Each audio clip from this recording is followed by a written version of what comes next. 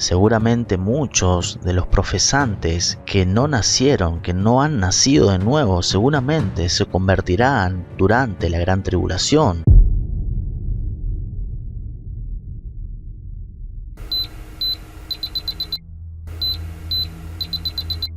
Desde el principio Dios le ha dado al hombre cierta revelación y el hombre inevitablemente ha fallado. El hombre fue colocado en el jardín del Edén, le dieron una prueba simple y falló, así que el final de esa era Adán-Eva fue el fracaso, seguido de juicio. Luego a los hombres se les dio ciertos privilegios y responsabilidades, fracasó y vino el diluvio. Y en la era del gobierno humano se desarrolló el mismo patrón. Había ciertos privilegios dados al hombre, ciertas responsabilidades y finalmente el hombre falló y se llevó a cabo el juicio de la Torre de Babel. Y finalmente en la era de la promesa lo mismo, con el mismo patrón, Dios tuvo que dar la ley. Ahora bien, la era de la ley, por supuesto, ha consumido la mayor parte del Antiguo Testamento, porque la era de la ley comenzó en el segundo libro de la Biblia, en la primera parte de ese libro, y continúa hasta el Nuevo Testamento, continúa a lo largo de la gran parte de los relatos evangélicos de Mateo, Marcos, Lucas y Juan, y concluye, termina con la cruz de Jesucristo, cuando el velo del templo se rasgó en dos, lo que significó que la economía mosaica ya no existía, se terminó.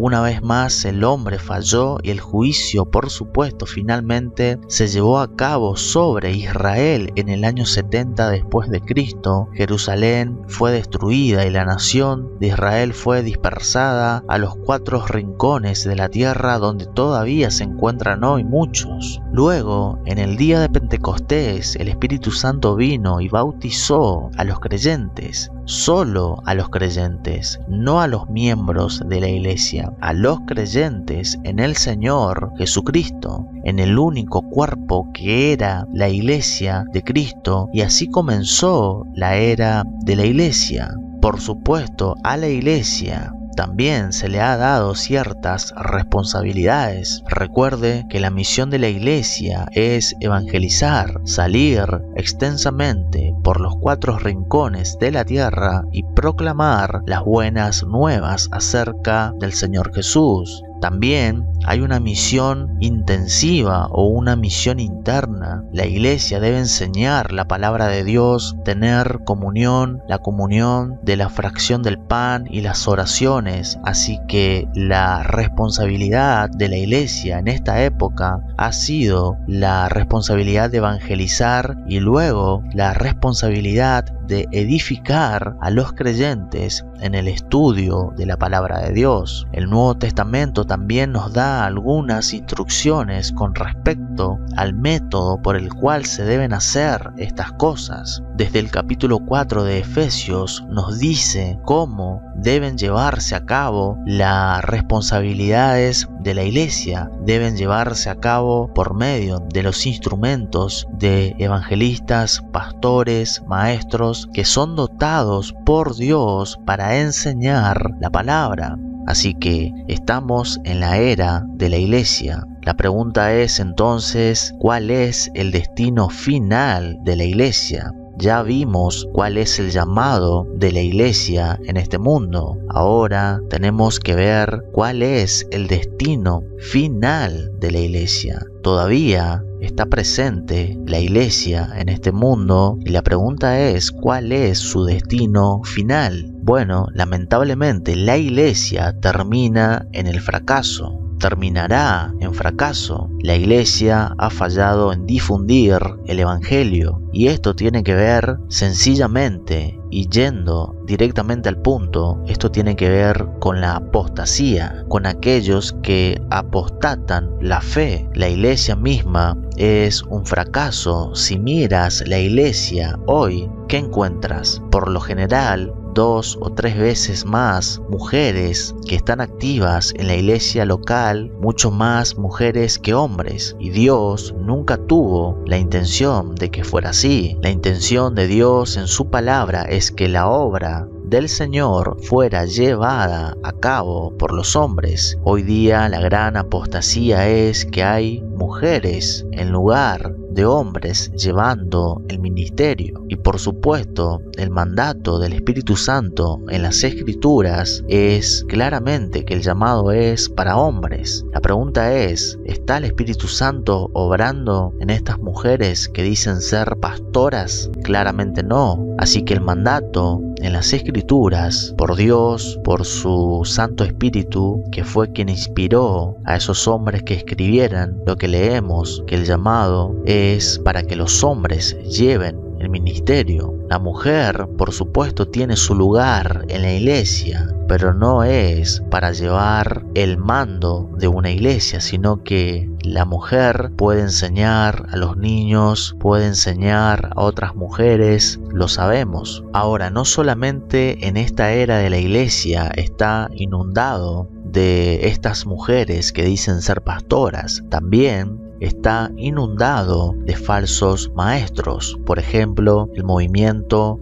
de apóstoles y profetas modernos que no son capaces de manejar la palabra de Dios. No hay enseñanza bíblica de parte de estas personas, tanto mujeres pastoras como el movimiento de apóstoles y profetas modernos. Han abandonado la Biblia, han caído claramente en apostasía. Sabemos que la Biblia predice todo esto, 2 de Timoteo capítulo 3 versos 1 al 9. Esta era de la iglesia terminará en apostasía. La apostasía doctrinal y la apostasía moral concluirán la era de la iglesia. Así como en cualquier otra era, como decía al principio, el hombre ha fracasado, así también en la era presente en la que vivimos, el hombre fracasará. Por tanto, no debe sorprendernos que aquellos que dicen ser cristianos, pero que son religiosos, están abandonando la verdad de la palabra de Dios. Debemos sentir mucha pena por ellos, pero recordar al mismo tiempo que esto es exactamente lo que la palabra de Dios ha dicho que sucedería. Los hombres entrarían en apostasía, y aunque eso muchos no quieran aceptar, debemos reconocer la mano de Dios y el tiempo que estamos viviendo. Entonces, bíblicamente, la iglesia, el futuro de la iglesia en este mundo es la apostasía. Termina la era de la iglesia con la apostasía. Es decir, que la iglesia verdadera tiene que presenciar y está presenciando lo que es este tiempo de apostasía. La pregunta es, ¿quiénes son estas personas que dicen ser parte de la iglesia pero son apóstatas? ¿Quiénes son? Bueno, bíblicamente son profesantes, es decir, son personas que dicen ser cristianas, que dicen creer en Cristo, pero no son cristianos. Y aquí hay algo interesante, porque la apostasía tiene una conexión entre la apostasía y la gran tribulación. Este tiempo de juicio que va a durar 7 años. Esta gente que apostató de la fe dada una vez a los santos se va a quedar en este tiempo de gran tribulación. Tenga en cuenta lo que dijo el apóstol Pablo en 2 Tesalonicenses capítulo 2, cuando dijo que el día del Señor no vendrá sin que antes venga la apostasía. Así que vemos la conexión, apostasía, luego el día del Señor, que será en el tiempo de la gran tribulación. Entonces, la iglesia visible, que es la falsa iglesia, los que profesan creer en el Señor Jesucristo, los que profesan pero que realmente no han creído en Él, van a tener que pasar por este periodo de gran tribulación. Eso quiere decir que es verdad que la iglesia que no cree en el Señor Jesús va a pasar por esa gran tribulación. Ese es su juicio, ese será el pago por su apostasía. Así como Adán y Eva fueron juzgados al ser echados del jardín, así como vino el diluvio y la torre de Babel, y finalmente la destrucción de Jerusalén en la cruz, así será el final de la era de la iglesia. De aquellos que han apostatado de la fe, se quedarán en la gran tribulación. Y todo esto, por supuesto, sucederá en la tierra. y aquellos que han rehusado creer en el Señor Jesucristo también deben pasar por esta gran tribulación. Ese será su juicio. Ahora, ¿qué pasa con aquellos que de verdad han creído en el Señor Jesús? ¿Qué pasa con aquellos que han sido fieles durante la era presente de la iglesia? ¿Cuál es su destino final en este mundo? Y vemos en 1 Tesalonicenses capítulo 4 versos 13 al 18 que Pablo nos revela cuál es el destino final de la iglesia verdadera, de la iglesia invisible, los que verdaderamente han nacido de nuevo. Allí Pablo nos revela que nosotros, los que estemos vivos, los que hayamos quedado, seremos arrebatados juntamente con el Señor. Así que mientras la iglesia profesante, la iglesia visible, se quede en este mundo, en la gran tribulación que va a durar 7 años, nosotros, los que estemos vivos, seremos arrebatados juntamente con el Señor y estaremos con Él para siempre. Tenga en cuenta que aquí vemos que en 1 Tesalonicenses capítulo 4, 13 al 18 vemos que el Señor nos viene a buscar en el aire, muy diferente a lo que leemos en Mateo 24, donde Jesús viene a la tierra, va a tocar tierra. Será la segunda venida en la tierra, Mateo 24. Pero aquí es diferente. Pablo nos está revelando un misterio que solamente se le fue revelado a él, y es el rapto de la iglesia. Y el Señor nos viene a buscar en el aire, porque muchos confunden Mateo 24 con el rapto de la iglesia, que es solamente para la iglesia. En 1 Corintios capítulo 15 verso 51 Pablo usa la palabra misterio. Un misterio es algo que estaba oculto. De la misma manera Pablo habla en 1 Tesalonicenses capítulo 4, hablando del rapto. Pablo dice: te diré por palabra del Señor. Esa palabra del Señor, esa expresión, ¿qué significa esa expresión en palabras del Señor? En el Antiguo Testamento la palabra del Señor llegaba a los profetas para darles una nueva revelación, para dar una revelación, para afirmar algo. Así que esa misma expresión usa Pablo en 1 Corintios capítulo 15 verso 51 y en 1 Tesalonicenses capítulo 4, cuando dice Pablo en el verso 15: por lo cual os decimo esto en palabra del Señor.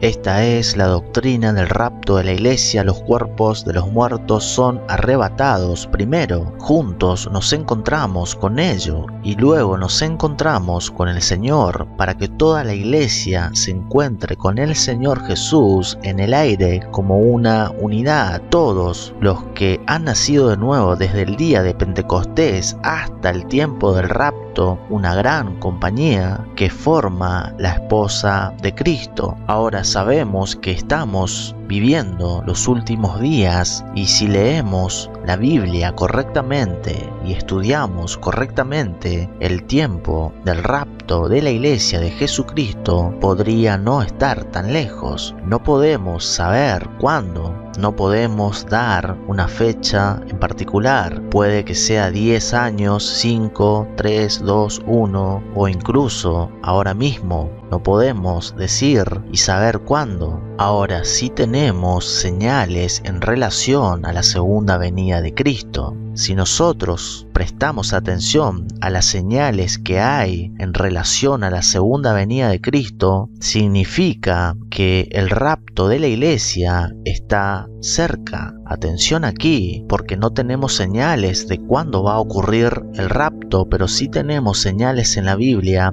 respecto a la segunda venida de Cristo, que va a ocurrir al final de la gran tribulación, para terminar la gran tribulación, para poner fin a este tiempo, y será el propio Señor Jesús. Así que la apostasía será cada vez mayor en la iglesia. Cada vez más surgirán profesantes de la fe, pero sabemos que es la iglesia visible, la iglesia superficial. Cada vez más vemos que pareciera que el cristianismo se ha vuelto de moda y ahora cualquiera sale y dice que es cristiano. El cristianismo, el verdadero cristiano, se define según las escrituras por sus frutos, evidencia de una vida regenerada, de un verdadero caminar como cristiano, ciertas doctrinas que Dios nos da a conocer para probar los espíritus si verdaderamente son de Dios. Cualquiera puede decir que es cristiano y dice creer en Jesús. La pregunta es, ¿qué es Jesús? ¿En quién Jesús crees?